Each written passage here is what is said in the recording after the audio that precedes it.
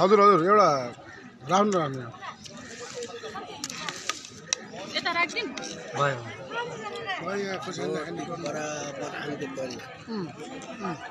अहिले टोपी त झन् ल्याउनु पर्यो ल आफ्नो पनि भाइ मैले नि खिच्छु भाइ भाइ सियो तुम्हारा भोलि भेटौँ सट्टै गयो ठिक छ लाउनु